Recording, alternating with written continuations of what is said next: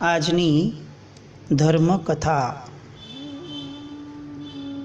જીનશાસનમાં કેટલીક કથાઓ એવી છે કે જેને જીનશાસનના પ્રાણ તરીકે જોવાય છે। આ એવી કથાઓ છે કે જેને હજારો લાખો લોકોને પોતાના જીવનમાં પરિવર્તન કરવા માટેનું પ્રબળ નિમિત્ત આપ્યું છે। વેરની પરંપરા આ એક દોષ માટે આપણે ત્યાં બહુ જ બધી કથાઓ અને બહુ જ બધી સત્ય ઘટનાઓ ઉપલબ્ધ છે। પાર્શ્વનાથ ભગવાન અને મેઘમાળી એ બંનેની પણ વેરની પરંપરાઓ એ પાર્શ્વનાથ ભગવાનના ચરિત્રમાં આવે છે। એક શિરમોર કથા કે જ્યાં આપણે વેરની પરંપરાને સમજવી હોય તો એની માટેનો રામબાણ ઇલાજ જેવી કોઈ કથા હોય તો એ કથા પ્રભુના શાસનમાં આવે છે અગ્નિશર્મા અને ગુણસેનની, જેને સમ્રાદિત્ય ચરિત્રના નામે આપણે ઓળખીએ છીએ। પૂજ્ય ભદ્રગુપ્તસુરી મહારાજ સાહેબ પ્રિયદર્શનનું લખેલું આ પુસ્તક, પૂજ્ય ભુવનભાનુસુરી મહારાજ સાહેબ દ્વારા પણ આ આખી કથાનું લખાયેલો પુસ્તકો, પૂજ્ય ભુવનભાનુસુરી મહારાજ સાહેબ એવું લખે છે કે આ કથા વાંચીને અગર તમને વૈરાગ્યનો પરિણામ નથી સ્પર્શતો તો ચોક્કસ તમારે ડૉક્ટર પાસે જઈ ચેક કરાવડાવવું જોઈએ કે તમને હૃદય છે કે નહીં। કારણ કે ગમે તેવા કઠોર હૃદયનો માણસને પણ આ બે કથાઓ અને આ બે બધાના વિપાકના પરિણામો જોઈ અને જો અરેરાટી ઉત્પન્ન નથી થતી તો કદાચ એ જીવ આગળ ધર્મ કરવાને હવે કેટલો લાયક હશે એ પ્રશ્ન। આવું પીકનું કોન્ફિડન્સ આવો જે કથામાંથી પૂજ્ય ભુવનભાનુસુરી મહારાજ સાહેબ આદિ મહાત્માઓને દેખાયો, આજે એ કથાને આપણે સ્પર્શવી છે। કદાચ એવું બની શકે કે આપણે આજના એક દિવસમાં એ કથા પૂરેપૂરી ન લઈ શકીએ તો આપણે કદાચ કાલે કન્ટિન્યુ કરીએ, પણ આ કથા જે જીનશાસનની શ્રેષ્ઠતમ કથાઓમાંની એક છે એ કથા તરફ આજે ગતિ કરીએ। કથા છે બે કથાના બે નાયકો અગ્નિશર્મા અને ગુણસેન। સૌથી પહેલો ભાવ જેમાં એ લોકો બે ભેગા થાય છે એ છે એક નગરનો કે જેની અંદર ગુણસેન એ પોતે રાજકુમાર છે અને અગ્નિશર્મા એ એક તાપસ છે।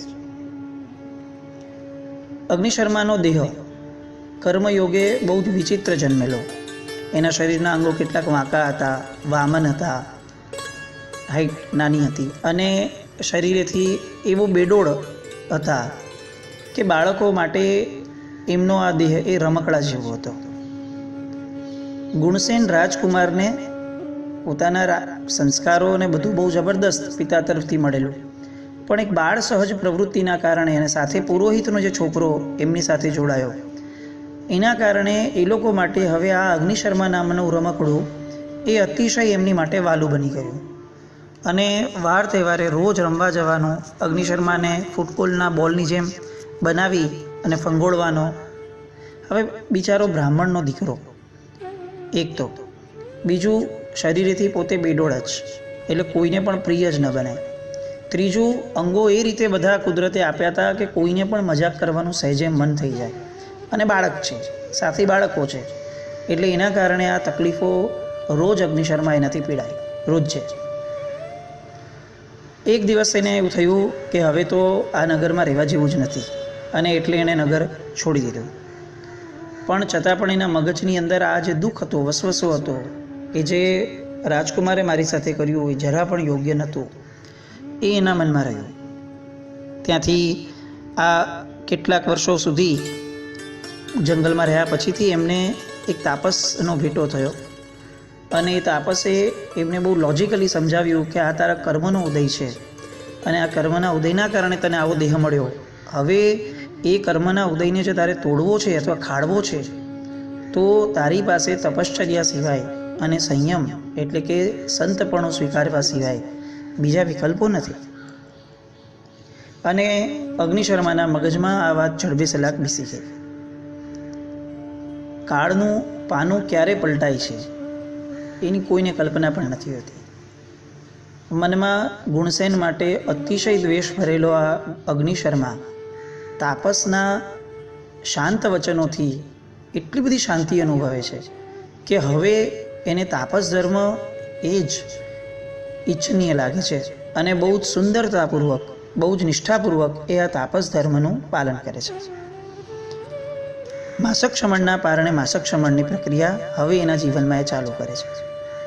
તપ એ કર્મના તાપને બાળવાનું નિમિત્ત છે. આપણે ત્યાં પણ તપ ધર્મની કેટલીક વ્યાખ્યાઓમાંની એક વ્યાખ્યા, આમ તો ઈચ્છાનો નિરોધ એ તપ એ આપણે ત્યાંની વ્યાખ્યા કીધી, પણ આ કર્મના તાપને તપાવવાનું સાધન એ તપ, આવી એક વ્યાખ્યા. અગ્નિશર્મા આવું એક તપ કરે છે તાપસપણામાં રહીને. આ બાજુ ગુણસેન રાજા બની જાય છે અને રાજા બન્યા પછીથી હવે એને ખ્યાલ આવે છે કે મુનિરાજ આવી રીતે માસક શમનના કારણે માસક શમન કરે છે, એટલે એને વિનંતી કરવા જાય છે. અને ત્યાં સુધીમાં અગ્નિશર્માનું શરીર તો બહુ સરસ થવા આવ્યું હોય છે તપના કારણે, તપની વૃદ્ધિના કારણે. ગુણસેનને ખ્યાલ આવે છે કે આ પોતે આમને આવી રીતે હેરાન કર્યા હતા અને એના કારણે એને પણ પશ્ચાતાપ થાય છે, પણ એનો પશ્ચાતાપ થોડો લિનિયન છે કારણ કે એની દ્રષ્ટિએ બાળ સહજ પ્રવૃત્તિ હતી. પણ અગ્નિશર્મા જેવું ગુણસેન રાજા આવે છે, એમને ઓળખે છે, પરિચયમાં આવે છે, એમને પહેલો વિકલ્પ થાય છે કે આ તો મારો વૈરી, પણ પછી તરત જ એના મનમાં પોતાનું તાપસપણું સ્પર્શાય છે કે ના ના, મારે કોણ વૈરી હોય, હું તો સંત છું. અને આ બાજુ ગુણસેન એમને વિનંતી કરે છે કે આપ આ માસક શમનના પારણે મારે ત્યાં પધારજો પારણા માટે. એકવાર આવ્યા અને કોઈને કોઈ કારણસર ગુણસેન ધ્યાન ન આપી શક્યા અને અગ્નિશર્મા પાછા ગયા. અગ્નિશર્માને નિયમ હતો કે પારણા માટે એક જ જગ્યાએ જવું, એમાંથી આ જગ્યાએ રાજમહેલમાંથી સેટ ન થયું એટલે એમણે તરત પારણું કર્યા વગર માસક શમન લઈ લીધું. બીજી વખત ગુણસેન તરત પશ્ચાતાપ કરતાં કરતાં આવ્યા અને વિનંતી કરી કે હવે તો પ્લીઝ પધારજો જ. બીજી વખત થયું, સેમ આવી રીતે કર્મનો ઉદય ગણો અને ન થયું. ત્રીજી વખત પણ આવી રીતે ધ્યાન ન રહ્યું.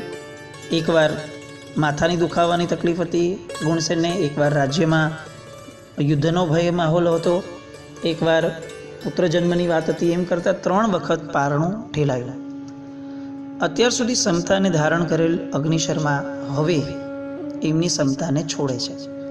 કાળનું પાનું પાછું પલટાય છે અને એમના મનમાં ગુણસેન માટેનો દ્વેષ એ હવે પરાકાષ્ઠાએ પહોંચે છે. ક્રોધ ગુસ્સો બને છે, ગુસ્સો દ્વેષ બને છે અને દ્વેષ વેર બને છે. આપણે આવેશ જન્મી જાય એ આવેશને જ જો ક્રોધમાં કન્વર્ટ ન થવા દઈએ ને એની પહેલાં જ સમજણ આપી દઈએ અથવા એને રોકી લઈએ તો આ વેરની પરંપરાઓનો પ્રશ્ન જ નથી આવતો. પણ અગ્નિશર્મા આ કામ ન કરી શક્યા સંભાવ, અને એમના મનમાં સતત એ દ્વેષમાં બળતા હતા કે તારા પાપથી ભલે આ જન્મમાં ભૂખ્યો મરી જાઉં, પણ આવતા જન્મોમાં તો હું મારી તપશ્ચર્યાના પ્રભાવથી તને ત્રાસ આપનારો અને દુઃખ આપનારો રહીશ અને સદા તને મારનારો બનું. આવો અંદરમાં એમને બહુ જ ગંદો ભાવ એમના મનમાં પ્રગટાવ્યો. આ બાજુ ગુણસેનને તો મનમાં પશ્ચાતાપ હતો અને અગ્નિશર્મા પ્રત્યે સ્નેહ હતો, પણ આ બળતરામાં અગ્નિશર્માનું મૃત્યુ થયું. ગુણસેનને બહુ જ દુઃખ થયું અને પશ્ચાતાપના ભાવમાં એ રહેતા હતા. પહેલો ભાવ પૂરો થયો. બીજો ભાવ, વેરની પરંપરા ક્યાં કેટલી ચાલે છે. વેરનું વિસર્જન કર્યા વિના ગુણસેન મૃત્યુ પામ્યા, અગ્નિશર્મા મૃત્યુ પામ્યા. હવે એ વેર એમને કેરી ફોરવર્ડ થાય છે. એ વિદ્યુત કુમાર દેવ નામે દેવલોકમાં જાય છે. ત્યાં જન્મ્યા પછી તરત ચેક કરે છે કે અહીંયા કેમ આવ્યો, પોતાનો પૂર્વભાવ અવધિ જ્ઞાનથી જુએ છે અને એમનો ગુસ્સો ફરી સળવડે છે. અને ગુણસેન કે જેમણે ત્યાં સુધીમાં સંન્યાસ લીધો હતો અને પોતે કૌશક ધ્યાનમાં ઊભા હતા, એ ગુણસેન ઉપર એ આગ જેવી તપેલી ધૂળ એ વરસાવે છે.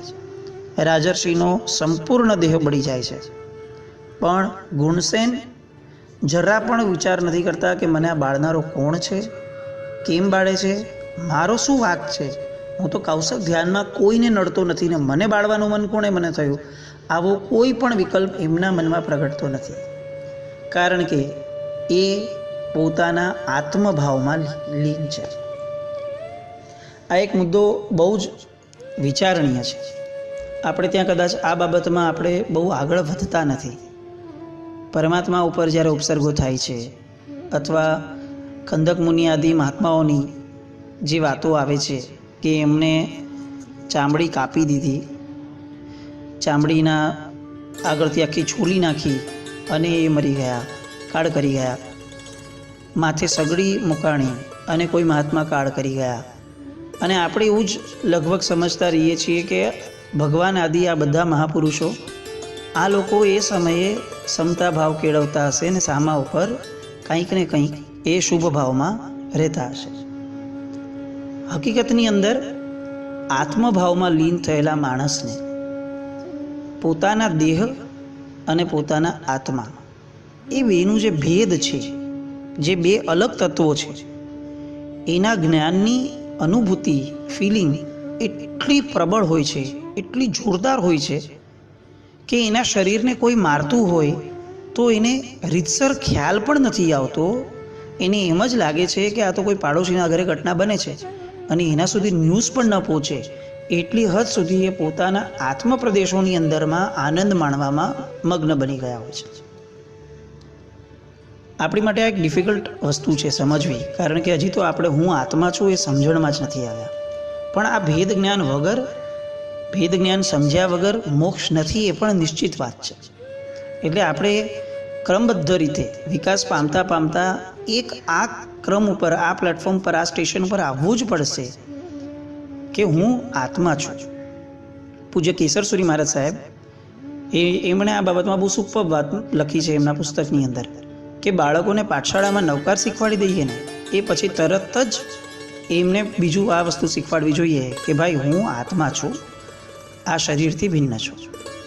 અમે કલા સંસ્કાર વાટિકામાં કર્મગ્રંથના અન્વયે આ પદાર્થ લીધેલો અને એક બહુ સિમ્પલ ફોર્મ્યુલા બાળકોને આપેલી કે A+B=C. આની અંદર તમારું આખું વિજ્ઞાન આવી ગયું. કેવી રીતે? A આત્મા, B=બોડી એન્ડ C= કોમ્બિનેશન.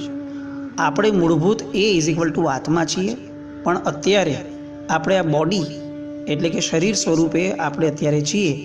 આ આત્માને આ શરીર મળ્યું એટલે અત્યારે C નામનું એક નવું કોમ્બિનેશન ઉત્પન્ન થયું, જેને આપણે અત્યારે આપણા નામથી ઓળખીએ છીએ. હવે જ્યારે B ગુજરી જશે ત્યારે આ C પણ એની સાથે ગુજરી જશે, બચશે A. પણ તકલીફ એ છે કે આ A ને ફરી નવું B મળશે અને A ને B ભેગા થાય એટલે C આવવાનું જ છે નવું. એટલે પાછું એક નવો જન્મ, નવું નામ, નવું આખું પ્રક્રિયા. આમ A+B=C ની પ્રક્રિયા અનંતકાળથી ચાલી જ રાખે છે. હવે જો એ તોડવી હોય તો આપણે સૌથી પહેલો ઘા એ કરવો પડે કે હું એ છું એ સમજવાનું ચાલુ કરવું પડશે. કારણ કે અત્યારે આપણી માન્યતા એ જ છે કે હું C જ છું અથવા હું B જ છું. આ બંને માન્યતા ખોટી છે. આપણે દેહ પણ નથી અને આત્માને દેહ ભેગા મળેલું કોમ્બિનેશન જે 50, 70, 80, 90 વર્ષ સુધીનું છે એ પણ આપણે નથી. આપણે જીવીએ છીએ, વ્યવહારથી વસ્તુ અલગ છે, પણ હું C નથી, હું A છું. આ માન્યતા જેટલી ઘૂંટાશે એટલી આપણી અંદર આ દેહને આવતા કષ્ટો, આ દેહની આવતી તકલીફો અને આ કોમ્બિનેશનના કારણે જીવનમાં ઉત્પન્ન થતા સ્ટ્રેસ એ બધાથી આપણે બહુ ઇઝીલી દૂર થઈ જશું. ગુણસેનનો જીવ આવી રીતે એનાથી દૂર થયો. બીજો ભવ થયો, બીજા ભવની અંદર ગુણસેન રાજા સિંહ બને છે અને અગ્નિશર્માનો જીવ ત્યાંથી ચ્યવી અને રાજકુમાર આનંદ બને છે. ફોર્ચ્યુનેટલી કે અનફોર્ચ્યુનેટલી બંને પિતા પુત્ર બન્યા. ઇન જનરલ પિતાને પુત્ર ઉપર સ્નેહ હોય જ, જ્યારે પુત્રને પિતા ઉપર દ્વેષ થાય છે. કારણ કે આ પુત્રનો જીવ એ અગ્નિશર્માનો જીવ છે. ઘોર શત્રુતાને કેરી ફોરવર્ડ કરીને લઈને આવેલો બીજો ભાવ એનો અગ્નિશર્માનો. અને અહીંયા એ પિતા સામે વિદ્રોહ કરે છે, પિતાને જેલમાં પૂરી દે છે અને જેલમાં જઈ ક્રૂર યાતનાઓ આપી અને એ પોતાના પિતાની અકારણ હત્યા કરે છે. આ ભવની વાતમાં પણ પ્રિયદર્શનજી લખે છે કે અગ્નિશર્માનો જીવ પોતે વિચારે છે કે મારા આ પિતાએ કોઈ કરતાં કોઈ મારી સાથે ખરાબ કામ કર્યું જ નથી મને હેરાન કરવાનું, પણ ખબર નહીં કેમ મને એમના પ્રત્યે ભયંકર વેર પ્રગટે છે અકારણ. પણ એની માટે જે ખબર નહીં કેમ હતું એ શાસ્ત્રકારોએ આપણી માટે ખોલ્યું છે કે આ ખબર નહીં કેમનું કારણ એ અંદરમાં પડેલો દ્વેષનો પરિણામ કે જે વેરની પરંપરા સ્વરૂપે એને ખમાવ્યા વગર મૃત્યુ પામ્યા, એટલે કેરી ફોરવર્ડ થઈને મલ્ટીપ્લાય થયો છે. આ થયો અગ્નિશર્માનો ત્રીજો ભવ, ગુણસેનનો બીજો ભવ. એની પછી ત્રીજી ભવની પરંપરામાં બંને માતા અને પુત્ર બને છે. કર્મસત્તા આપણા ભાવોને ક્યારે પણ છોડવા તૈયાર નથી. એનું પરિણામ આવ્યા વગર, એને ભોગવ્યા વગર ક્યારે પણ આપણને એમાંથી એક્ઝેમ્પશન મળતું જ નથી. બંને માતા પુત્ર બને છે. અગ્નિશર્માનો જીવ માતા બને છે અને ગુણસેનનો જીવ પુત્ર બને છે. માતાનું નામ છે જાલિની અને પુત્રનું નામ છે શિખીકુમાર. માતાને પુત્ર પ્રત્યે અકારણ વાત્સલ્ય પ્રગટે એની જગ્યાએ અહીંયા અકારણ વેર પ્રગટે છે. એટલી હદ સુધી કે શિખીકુમાર નાનપણથી ધૂતકારેલા હોય છે. એની પછી એ દીક્ષા લે છે અને દીક્ષા લઈને મુનિ બન્યા પછીથી એમને માતા પ્રત્યે સદભાવ પ્રગટે છે. એટલે એમને ત્યાં હવેલીમાં ભિક્ષા માટે જાય છે. પણ હવે દીક્ષા લઈ લીધી છે, મને કંઈ જ નડતો નથી, કોઈ જાતનો મારા પ્રત્યે એણે કોઈને અપલાપ કર્યો નથી. તેમ છતાં પણ જાલિની જે અગ્નિશર્માનો જીવ છે એ પૂર્વભવના વેરથી જાણી જોઈ અને અન્નની અંદર ઝેર મિક્સ કરાવડાવી અને શિખીકુમાર જે મુનિ હતા એનું જાલિનીના હાથે મૃત્યુ થાય છે.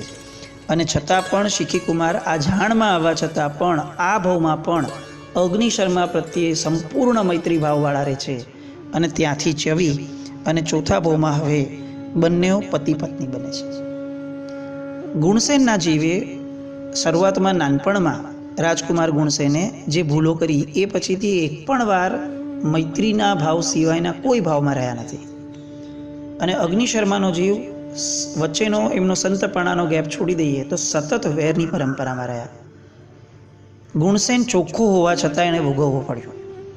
ગુણસેને એક પણ ભાવમાં એમના પ્રત્યે મરવા છતાં પણ વેર ન પ્રગટ કર્યો હોવા છતાં એમણે ભોગવવું પડે છે. શા માટે? બહુ સહજપણે પ્રશ્ન થાય.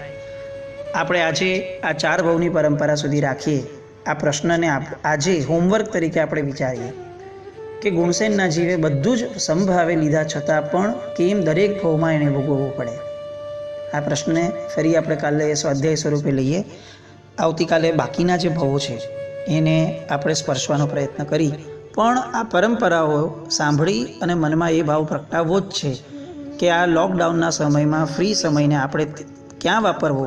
તો કે આપણે અહીંયા સંવત્સરી સમજી રોજ અને આ વાપરવું કે બેસી અને પેન પેપર લઈએ, લિસ્ટ કરીએ કે આપણા જીવનમાં કોને કોને મનથી આપણે વૈરી ગણ્યા છે.